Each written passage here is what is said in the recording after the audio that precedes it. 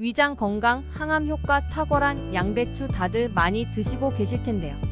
이런 양배추를 특정 사람들은 절대 먹어서는 안 된다는 것 알고 계셨나요? 양배추는 타임지에서도 선정한 장수식품이기에 거부감 없이 드셨겠지만 최근에 양배추가 몸을 악화시키고 당뇨를 만든다는 것이 밝혀졌습니다. 오늘 영상에서 양배추를 위한 모든 것을 알려드리겠습니다. 양배추를 절대 먹으면 안 되는 사람, 양배추가 진짜 효과가 있는지, 그리고 먹을 때 주의해야 할 점 등 모든 것을 공개하겠습니다. 시청 전에 구독, 좋아요 눌러주세요. 그리고 주변 친구, 가족들에게도 영상을 공유해주세요. 건강을 제가 책임지겠습니다. 먼저 양배추를 절대로 먹어서 안 되는 경우를 말해드리겠습니다. 첫째, 갑상선 기능 저하증 환자는 양배추를 안 먹는 게 좋습니다. 특히나 먹기 쉬운 양배추 주스의 경우, 즉 양배추즙의 경우, 갑상선 기능 저하증 환자라면 양배추 주스가 갑상선 기능 회복을 방해할 수 있습니다. 갑상샘은 신체의 항상성 유지를 담당하는 기관인데요. 이때 갑상샘에서 분비되는 호르몬은 T3와 T4 두 가지입니다. 두 가지 호르몬의 양이 균형을 유지할 때 신체의 여러 장기들이 정상적으로 기능하고 신진대사가 원활해지는데요. 한편 아이오딘은 T3와 T4 호르몬을 생성하기 위해 필요한 성분입니다. 갑상선 기능이 정상이라면 T3와 T4 호르몬 생성을 위해 사용되고 남은 아이오딘은 소변을 통해 배출됩니다. 하지만 문제는 여기서 발생하는데요. 갑상선 기능 저하증 환자가 고이트로겐 함량이 높은 식품을 아이오딘과 같이 섭취했을 때 우려하던 문제가 벌어집니다. 고이트로겐은 체내 아이오딘 흡수를 방해하고 갑상선 호르몬 생성을 억제합니다.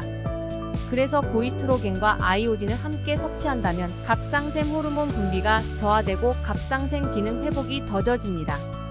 다행히 고이트로겐은 열에 약한데요. 만약 갑상선 기능 저하증 환자라면 양배추를 생으로 먹기보다는 익히거나 찌는 등 열을 가해서 먹는 것이 건강에 좋습니다. 둘째, 항응고제를 복용 중인 환자는 양배추를 안 먹는 게 좋습니다. 미국 건강정보 사이트에 의하면 항응고제나 혈액 희석제를 복용하는 환자들은 양배추 주스 섭취를 주의해야 합니다.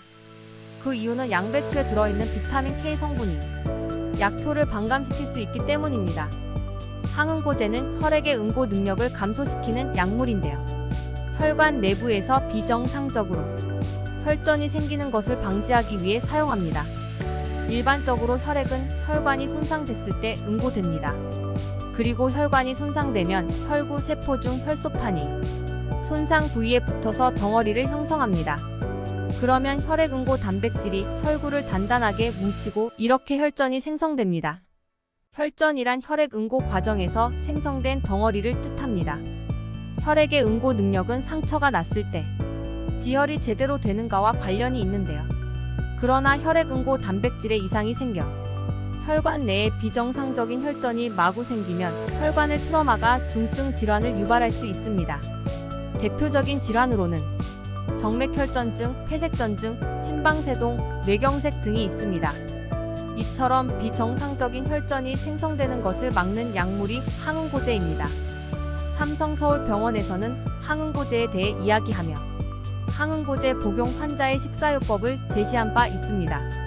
비타민 K가 높은 식품을 전혀 먹지 않을 필요는 없지만 과량을 섭취하지 않도록 주의해야 한다고 이야기했습니다. 특히 비타민 K 함량에 따라 채소를 3가지 종류로 구분했고 각 종류별 1일 복용량을 정리했습니다. 먼저 비타민 K 함량이 매우 높아서 하루에 딱 한 번, 그것도 반찬 한 접시 정도만 먹어야 하는 대상을 말해드리겠습니다. 시금치, 부추, 근대, 아홉쑥 등이 그 대상입니다. 시금치는 건강에 좋다고 해서 몇 끼마다 챙겨 드시는 분들이 많으실 텐데요. 언제나 당연한 진리는 과한 것은 좋지 않다는 사실임을 기억해 주세요. 그 다음으로 하루에 몇 끼 먹어도 되지만 한 접시 정도로만 먹어야 하는 것은 양상추, 상추, 양배추, 브로콜리, 미나리 등이 있습니다. 마지막으로 비타민 K 함량이 낮아서 몇 끼 먹어도 되며 심지어 몇 끼마다 2접시 드셔도 되는 것은 더덕, 고라시, 우엉, 연근, 호박가지 등이 있습니다. 이제 마지막으로 양배추를 절대로 먹어서 안 되는 세 번째 경우를 말해드리겠습니다. 그것은 바로 과민성 대장 증후군 환자입니다. 과민성 대장 증후군 환자들은 양배추에 풍부하게 함유된 프락탄 성분을 소화하는 데 어려움을 겪습니다. 또 양배추는 섭취했을 때 가스를 생성하는 채소라서 이 환자들에게는 더더욱 양배추가 좋지 않습니다. 특히 아주 소량만 양배추를 섭취해도 과민성 대장 증후군 증상이 나타날 수 있기 때문에 섭취를 주의해야 합니다. 과민성 대장 증후군은 식사를 하거나 스트레스를 받았을 때 복통, 복부, 팽만감 등 소화기 이상 증상이 반복적으로 나타나는 질환입니다. 이 질환은 내시경이나 엑스레이 검사를 했을 때 뚜렷한 원인이 발견되지 않는데요. 대장이 민감해져서 대장 운동이 갑자기 활발해지거나 감소합니다. 따라서 설사와 변비가 반복되고 복부 팽만이나 속쓰림 등이 발생하며 심한 경우 전신피로와 두통이 나타날 수도 있습니다. 또한 일반적으로 양배추는 위 건강에 도움이 되는 채소로 알려져 있습니다. 양배추에는 위점막 강화와 재생을 촉진하는 비타민 U가 풍부하게 함유되어 있기 때문입니다. 그래서 위궤양, 위염과 같은 염증성 질환을 앓고 있다면 양배추를 꾸준히 섭취하는 것이 도움이 될 수 있습니다. 그러나 양배추는 대장에서 쉽게 발효되기 때문에 과민성 대장 증후군 환자에게는 양배추가 오히려 독이 될 수도 있다는 사실을 기억하세요. 발효된 양배추가 가스를 생성하면서 가뜩이나 민감한 대장을 더욱 자극하는 것입니다. 또 양배추는 찬성질을 지닌 채소이기 때문에 설사나 복부 팽만을 쉽게 유발합니다. 이것이 바로 평소장 건강에 이상이 있다면 양배추를 되도록 삼가야 하는 이유입니다. 그렇다면 양배추가 정말로 몸에 좋은 효능이 있는 것은 사실일까요? 결론부터 말씀드리면 양배추가 몸에 좋은 효능이 있는 것이 사실입니다. 지금부터는 그 효능을 구체적으로 알려드리겠습니다. 잠깐 부탁드릴 것이 있습니다. 구독 그리고 좋아요를 눌러주세요. 그리고 친구, 가족에게도 공유해주세요. 평생의 건강을 책임지겠습니다. 양배추의 효능 첫째, 양배추는 위장 건강에 좋습니다. 양배추에 있는 비타민 U 성분은 위장관 내 세포 재생을 도와주어 위궤양 치료에 효과가 있습니다. 특히 생즙을 먹으면 더욱 효과가 높다고 합니다. 또한 섬유질과 무기질 성분은 소화관 내의 흐름을 원활하게 하여 위궤양과 위염에도 도움이 됩니다. 양배추의 효능 둘째, 양배추는 항암 효과가 있습니다. 배추과 채소에는 보통 항암 성분인 글루코시놀레이트가 풍부하게 들어 있습니다. 농촌진흥청의 국제학술지에 따르면 배추에는 글루코시놀레이트가 품종별로 다양하게 함유되어 있습니다. 특히 글루코시놀레이트의 한 유형인 글루코브라시신은 배추에 다량 함유되어 있는데 이는 브루콜리의 4.5배에 달하는 수치라는 것을 알고 계셨나요? 또한 글루코시놀레이트는 우리 몸으로 들어오면 미로시나제라는 효소에 의해 분해되는데 이 과정에서 설포라판, 부티닐, 아이소티오시아네이트 등으로 변환됩니다. 이를 통해 글루코시놀레이트가 위장과 소화기에 암, 폐암 발생을 억제하는 효과가 생긴다는 사실 알고 계셨나요? 또한 미국 미시간 주립대의 조사에서는 암 발병 위험도를 낮추기 위해 배추가 채소를 꾸준히 먹기를 권장하고 있으며 실험에서도 양배추를 꾸준히 먹은 여성은 그렇지 않은 여성보다 암 발병 확률이 72%나 낮았다고 합니다. 양배추의 효능 셋째, 양배추는 다이어트 그리고 변비 예방에 아주 효과적입니다. 양배추는 100g에 25칼로리밖에 되지 않은 낮은 열량으로 다이어트에 효과적입니다. 또한 수분량이 많고 식이섬유도 풍부하여 적은 양으로도 포만감을 주어 비만 유발 세균의 활성을 억제합니다. 또한 양배추의 비타민 성분 외에도 특히 섬유질이 많아 변비 치료에 탁월한 효과가 있습니다. 그렇다면 이런 양배추는 어떻게 먹는 것이 좋을까요? 정말 몸에 좋은 양배추 섭취 방법을 알려드리겠습니다. 첫째, 양배추는 생으로 먹거나 약하게 가열해 먹는 것이 좋습니다. 열을 강하게 가하면 양배추의 영양 성분이 파괴되기 때문에 유의하세요. 둘째, 양배추 재배에 농약을 많이 사용되기 때문에 손질 및 세척법이 중요합니다. 먼저 겉잎을 2-3장을 제거한 후 베이킹 소다를 푼 물에 가볍게 세척하세요. 그 후 식초를 탄 물에 담그고 흐르는 물에 세척해보세요. 제거했던 겉집 두세 장은 버리지 않고 보관할 때 양배추에 몸통을 싸서 보관하면 건조와 갈변 현상을 막을 수도 있습니다. 셋째, 양배추를 갈아서 섭취한다면 하루에 한 컵 정도만 드세요. 과유불급이라는 말이 있듯이 건강식품이라고 해서 무조건 섭취하다가는 오히려 건강을 악화시킬 수 있습니다. 마지막으로 전자레인지만 있으면 할 수 있는 조리법을 알려드리겠습니다. 양배추를 전자레인지로 간편하게 삶아 먹을 수도 있다는 사실 알고 계셨나요?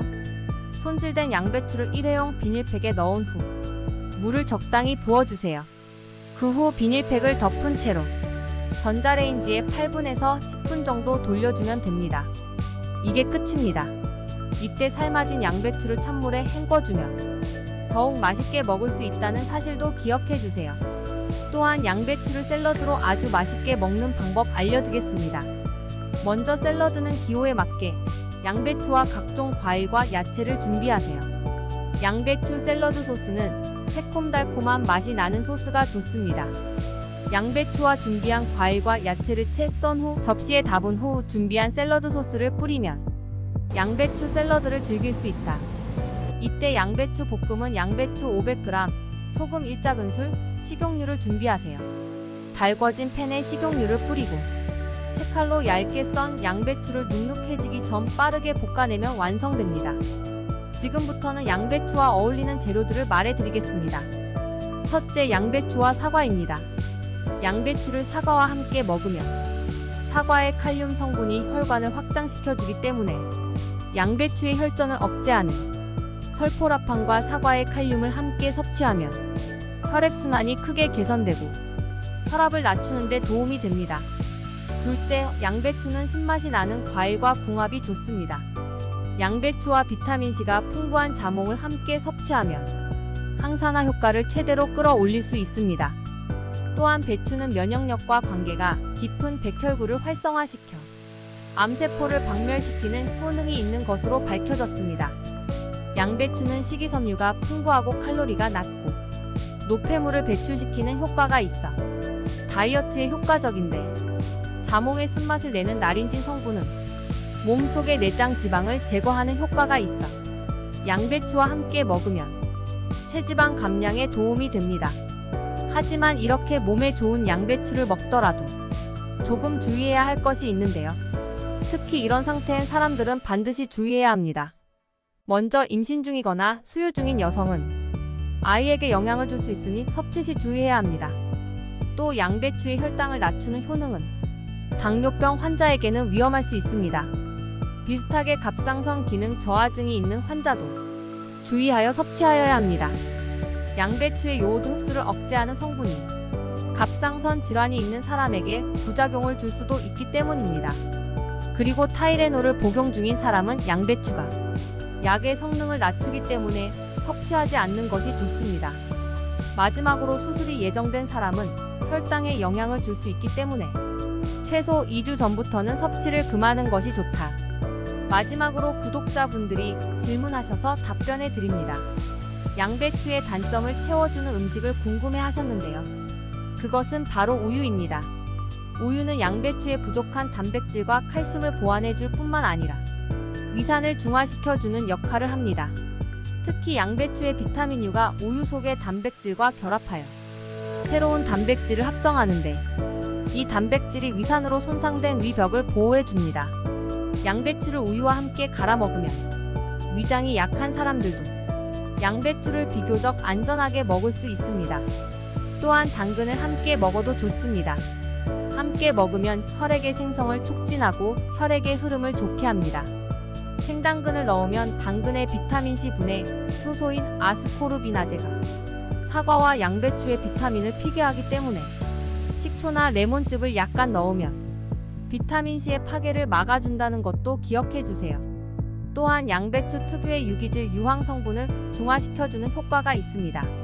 오늘의 영상 간단 요약해드리겠습니다. 양배추를 먹지 말아야 할 경우 3가지를 기억하세요. 첫째, 갑상선 기능 저하증 환자는 양배추, 특히 양배추 주스를 피해야 하며 열을 가한 상태에서 섭취하는 것이 좋습니다. 둘째, 항응고제를 복용 중인 환자는 양배추 섭취를 주의해야 합니다. 비타민 K 함유량이 약효에 영향을 줄 수 있습니다. 셋째, 과민성 대장 증후군 환자는 양배추를 피하길 권장합니다. 프락탄 성분과 가스 생성이 문제가 될 수 있습니다. 양배추 효능 3가지를 기억하세요. 첫째, 양배추는 위장 건강 효과가 있습니다. 비타민 U 성분이 위장관 세포 재생을 돕고 위궤양과 위염 치료에 도움을 줍니다. 둘째, 양배추는 항암 효과가 있습니다. 글루코시놀레이트 함유로 여러 암 발생을 억제합니다. 셋째, 양배추는 다이어트 및 변비 예방 효과가 있습니다. 낮은 열량과 많은 식이섬유로 포만감 제공을 합니다. 섭취 방법 3가지를 기억하세요. 첫째, 생으로 먹거나 약하게 가열하세요. 둘째, 농약 제거를 위한 세척을 하세요. 베이킹 소다와 식초 사용은 도움이 됩니다. 셋째, 갈아 먹을 경우 하루에 1컵 정도만 섭취하세요. 과한 것은 언제나 옳지 못합니다. 오늘 영상을 통해서 양배추에 대한 진실을 모두 알아보았습니다. 영상 내용들 전혀 어려운 것이 없습니다. 제가 말한 내용을 잘 참고하시면 건강한 노후를 보내실 수 있을 거라 생각합니다. 영상의 내용을 오늘부터 하나씩 실천하신다면 평생 건강하게 보내실 수 있습니다. 오늘 영상이 도움이 되셨다면 주변의 친구들 그리고 가족분들에게도 영상을 공유해주세요. 구독, 좋아요, 그리고 알람 설정까지 해주세요. 앞으로도 더 좋은 양질의 영상을 보여드리겠습니다. 감사합니다.